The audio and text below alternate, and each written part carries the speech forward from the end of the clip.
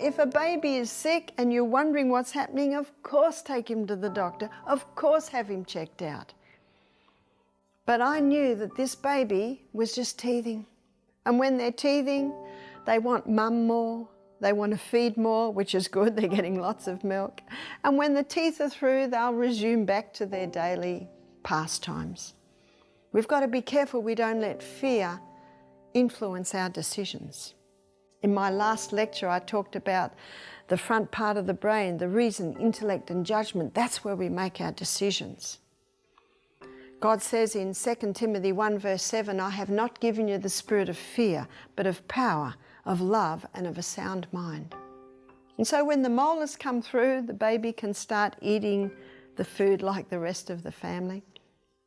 My last baby I breastfed until he was 3. I think William's 33 now.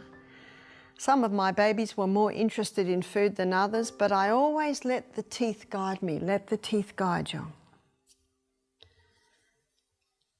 What would you feed a 2-year-old? What would you feed a 3, 4, 5-year-old? I never made special food. They just ate with the rest of the family. And I always steamed a bit of broccoli or steamed a bit of cauliflower or steamed a bit of carrot. Then the little one sees the colour and tastes the flavour and they get to know their vegetables.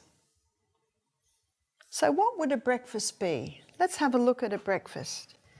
This is the breakfast that I feed my grandchildren. It is the same breakfast that the whole family eats.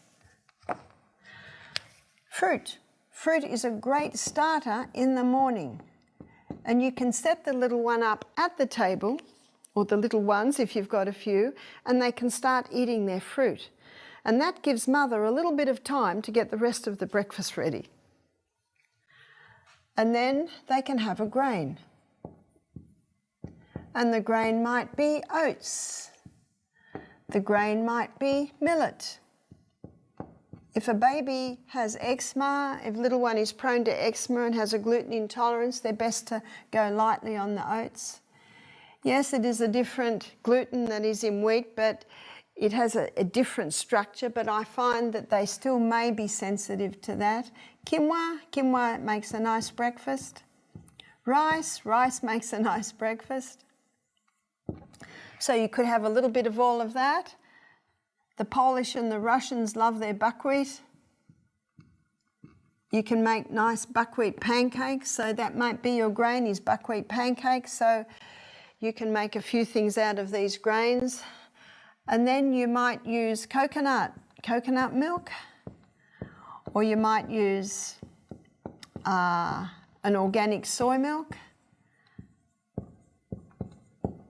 or you might use almond. It's whatever you like and what goes well.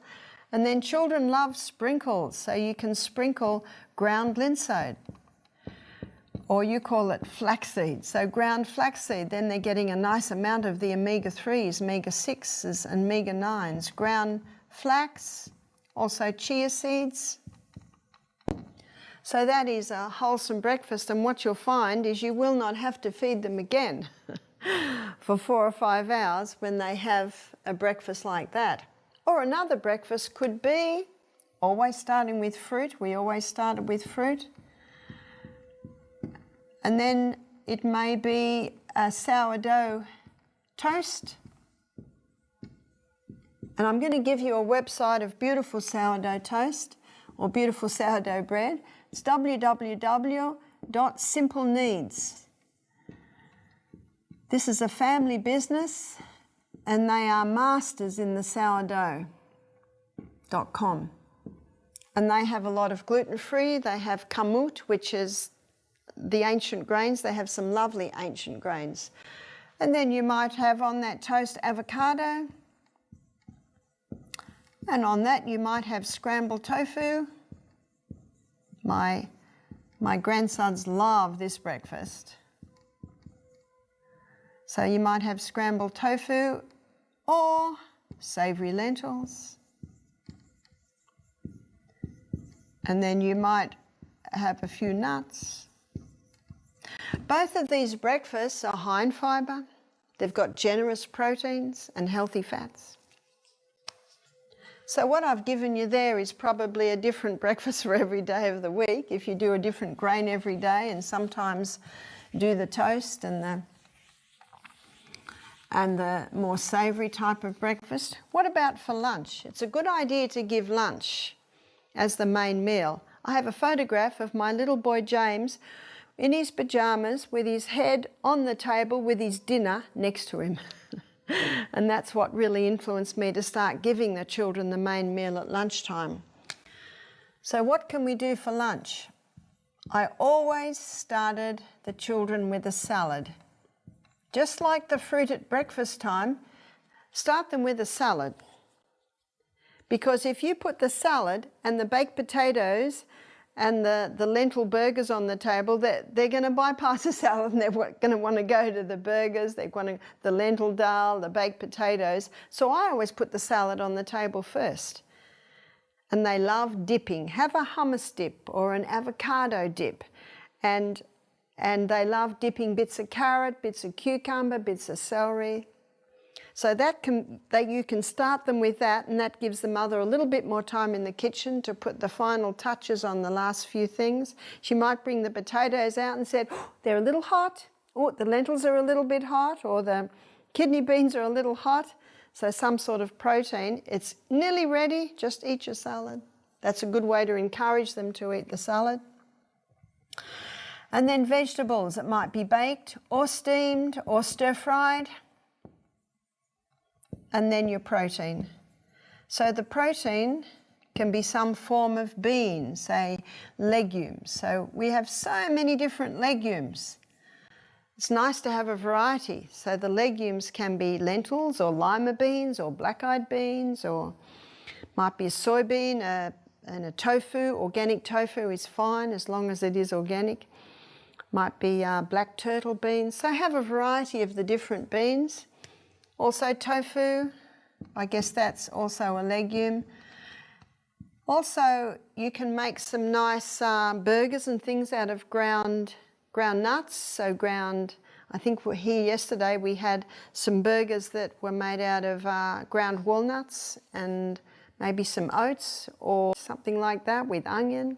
Lots of great recipes, nuts and seeds. We have one that our guests love, and it's lightly roasted sunflower seeds, slightly ground up, mixed with tofu and breadcrumbs and onion, and they're made into like burgers. And a nice dessert is even a few cashews. That can be very nice. I used to make my children dessert maybe twice a week, because children love sweet things. And when they'd finished their main meal, eaten all their salad veggies, then they could have the dessert. In fact, I mentioned earlier in the week, you can get some really nice recipes for raw cheesecake made out of the coconut oils with ground nuts and maybe a tin of pineapples in that. Just Google that. That's what we do today, is Google. Also little balls, and the little balls can be made out of ground nuts and seeds and a little bit of coconut oil to bind it together and put in the freezer. So there's quite a few desserts that you can make for children. So what about if they're at school? What can you do for lunch if they're at school? A great lunch that a lot of people that have been to our program are starting to do with their children is they'll do a hummus or an avocado dip and some just raw veggies, because I think we know children don't eat very much at lunch at school.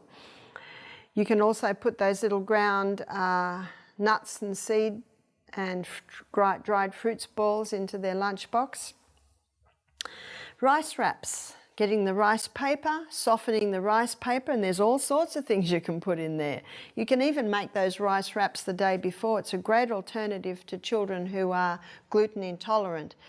It's like a little roll that they'll eat at lunchtime. When my daughter had her children off all grain to conquer their eczema, she sent them to school with big slabs of baked sweet potato, and they'd pick that up and eat that. Also in the simple needs, that's their delicious breads. There's also gluten-free crackers that they can take. A lot of mothers with children at school have told me that they serve the main meal when the children come home from school because they're always hungry when they come home from school.